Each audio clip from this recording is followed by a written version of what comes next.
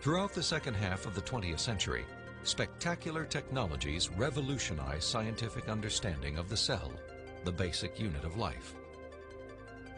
During an interview with biochemist Michael Behe, Strobel learned how this new knowledge has shaken the foundations of Darwin's theory. In the 19th century, when Darwin was alive, scientists thought that the basis of life, the cell, was some simple glob of protoplasm, like a little piece of jello or something that was not hard to explain at all. But with the hard work of science in the 20th century, we've seen that the cell is far from simple. It's got very complicated molecular machines and things that are very resistant to Darwinian explanation. Michael Behe has devoted his career to the study of the design and operation of the cell. He has also written extensively on the biochemical challenge to evolution. Most people have no idea of how small and complex cells are. A typical cell from you or me, called a eukaryotic cell, is probably 1/10 of the size of the head of a pin. And yet in that single cell, there are about 3 billion units of DNA making out the chromosomes. And those 3 billion units make the molecular machines of the cell, literally machines that make the cell work. With computer animation, we can enter the cell. Here, the staggering complexity of its molecular machinery is clearly seen.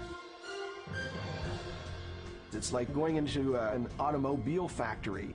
The factory has a large number of machines. The parts have to fit together in very specific ways to do their jobs, and if things go wrong, the cell is in big trouble.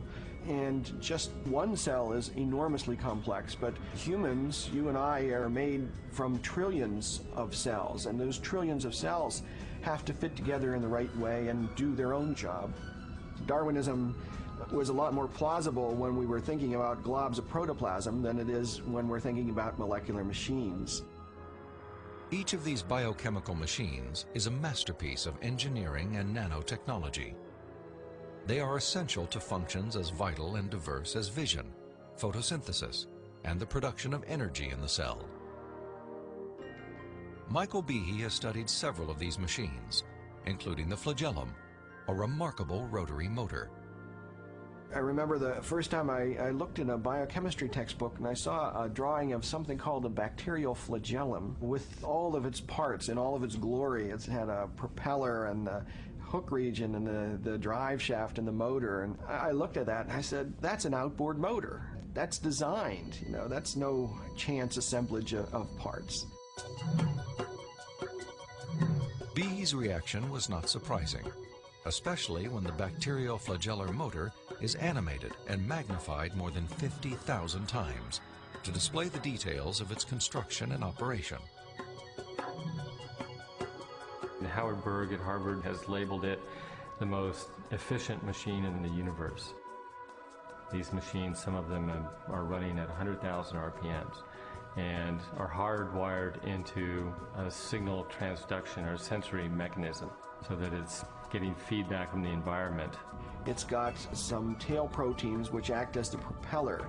When the flagellum rotates, these push against the water and therefore push the bacterium forward.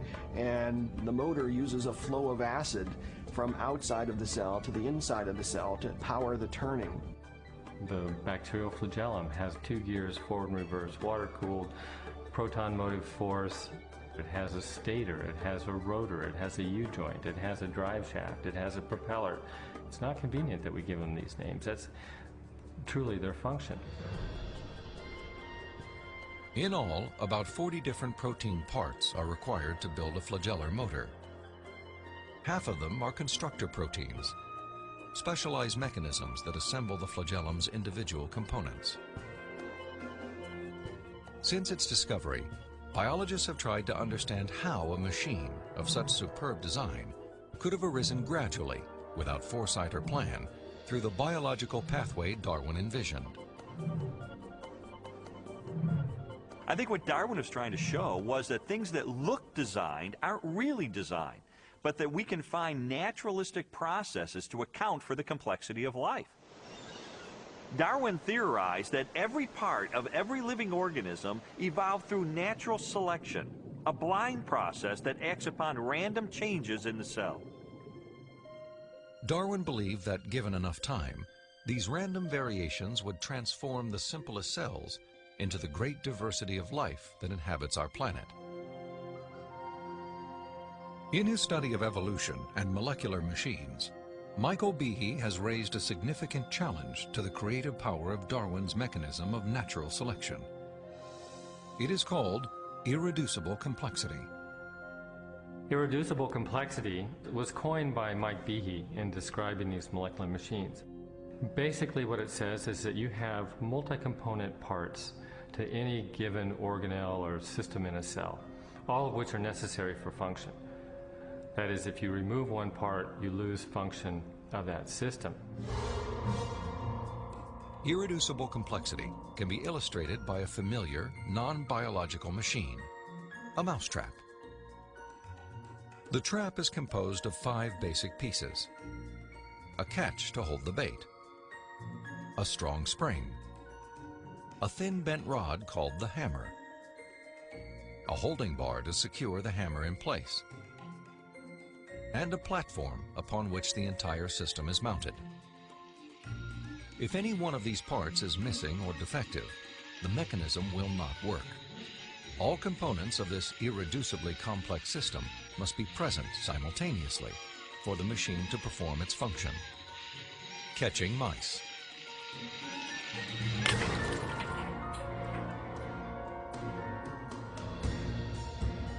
The concept of irreducible complexity also applies to biological machines, including the bacterial flagellum.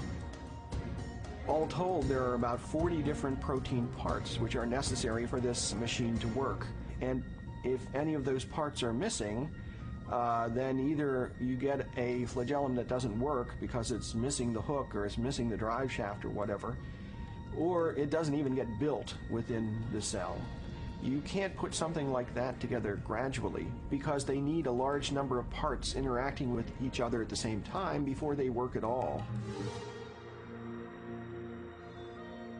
Without the tools to observe the machinery of the cell, and long before the idea of irreducible complexity, Charles Darwin offered a way to test his own theory. In Origin of Species, he wrote, "If it could be demonstrated that any complex organ existed, which could not possibly have been formed by numerous, successive, slight modifications, my theory would absolutely break down." Darwin acknowledged that if someone identified a biological system that could not have been constructed in incremental steps over long periods of time, then his theory would be invalid. And what Michael Behe and others have discovered is the existence of biological machinery that cannot be explained away by Darwinian processes. Darwin's failed predictions have in fact falsified his own theory.